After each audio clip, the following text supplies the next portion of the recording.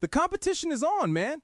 That's what your Raiders head coach Pete Carroll is finally admitting. He's finally cracking the damn whip on this awful, seriously broken offensive side of the football. We've been screaming about this for weeks, right? We've been watching this offense, and I use that term loosely, sputter and choke every time they step on the field. And now, after the Chiefs loss, that was arguably the worst in franchise history, where the Chiefs were literally running the ball on 4th and 8 and still dominating us, now the coach says, we will see about personnel changes, but the competition, it is on. He's talking about Geno Smith, the guy who threw for less than 70 yards in the last game. Less than 70 yards. That is straight garbage. And the head coach is admitting publicly that the leash is gone. It is officially time to put pressure on Geno Smith. You struggle? Kenny Pickett is coming in. We gave up a pick for Pickett, right?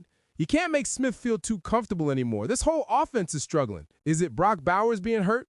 Maybe. Is it the offensive line being straight awful? Absolutely. But the quarterback is not exempt from the blame. And I am telling you, the real thesis here is that this team is so fundamentally flawed. The only reason the competition is on is because this season is over. And it is time to start selling assets, man. It is a fire sale. We have hit rock bottom, After that embarrassing loss to the Chiefs, the season is going nowhere. It's time for John Spytek to make the best of a pathetic situation and turn players into draft capital. We need to look at who makes the best trade bait at the deadline. Let's get the first, most ridiculous thing out of the way, right?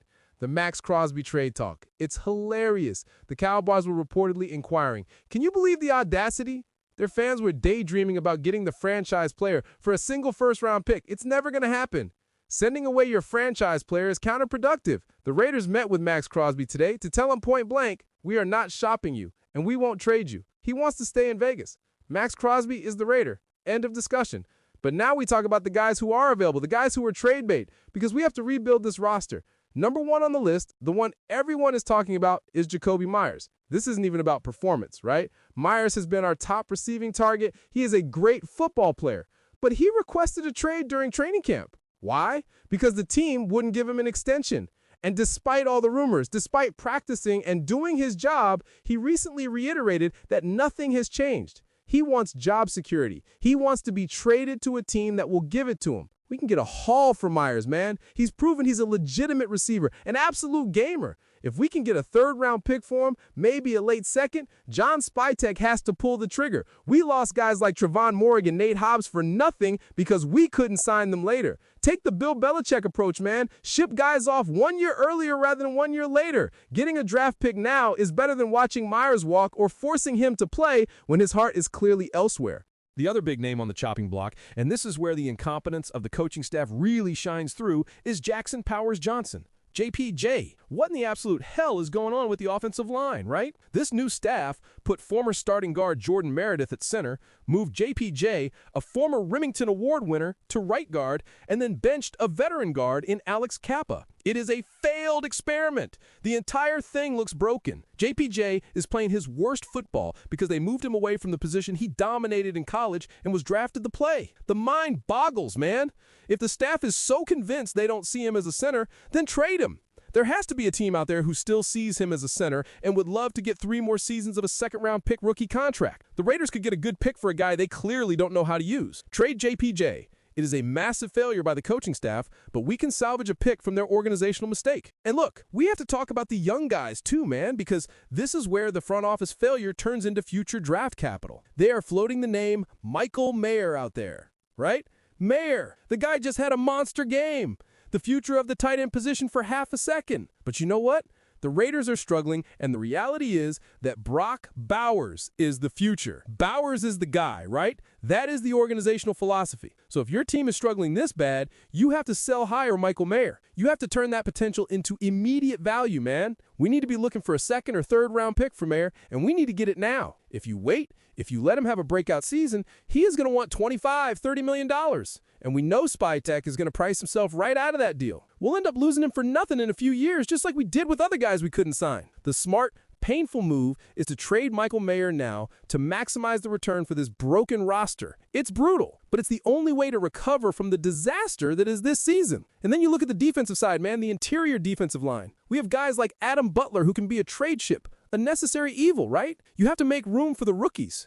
You know, this team needs to figure out what they have in guys like Tonka Hemingway and J.J. Pegues. They were drafted, but they're not playing because of veterans blocking the way. Butler's a solid player. He is absolutely a solid player. But other guys, John Olaloa, Thomas Booker IV, Lakey Fotu, they've all been stepping up. They've been playing big-time football, man. So you move Butler. You trade him for a late-round pick, a 6th or a 7th, whatever, and you immediately shift your focus. You put the young guys on the field. You sink or swim with the future, man. This team has to get honest about what they are, which is a rebuilding failure. Selling Adam Butler lets us finally start developing the draft picks we've been ignoring. It's all about acquiring capital and clearing the damn deck for a future that is still 3 years away. This is the fire sale, man. Every single player who isn't Max Crosby is on the block. Now, let's talk about the absolute clown show buzz that has been dominating the airwaves, the Jets-Raiders blockbuster trade for Justin Fields. I get why the rumor is out there, right? The Jets benched Fields after 6 consecutive quarters of horrible football. He was awful.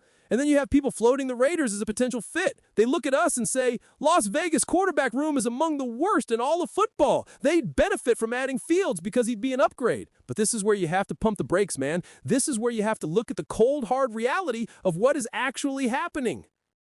Why would we trade for a guy who just got benched for being absolutely terrible? The argument being floated is that Geno Smith just went 10 of 16 for 67 yards against the Chiefs, and Kenny Pickett came in and immediately fumbled the ball away. That part is true. Geno was atrocious. 67 yards is a joke, but the analyst then suggests that Fields has been bad, but it would be as any Raiders quarterback has been. You're telling me that a guy who was so bad, his coach pulled him mid-game is the solution for our quarterback woes? No way, man. We do not need to trade for another broken toy or an organizational failure from another team. This is the kind of garbage that only happens in video games and movies. The Jets front office wouldn't be able to trade Fields mid-season because it would destroy the morale in their locker room. Nobody on that team would feel valued or safe anymore. And you know what? That applies to the Raiders too. If we bring in a struggling bench quarterback at the deadline, what message does that send to the guys we aren't trading, like Max Crosby? It says the front office is panicking and is willing to throw away more draft capital on a massive low-percentage gamble. We don't need a lateral move from one bad quarterback situation to another. We need to bottom out, man. We need the draft picks to fix the offensive line. The only reason this Justin Fields trade buzz is even heating up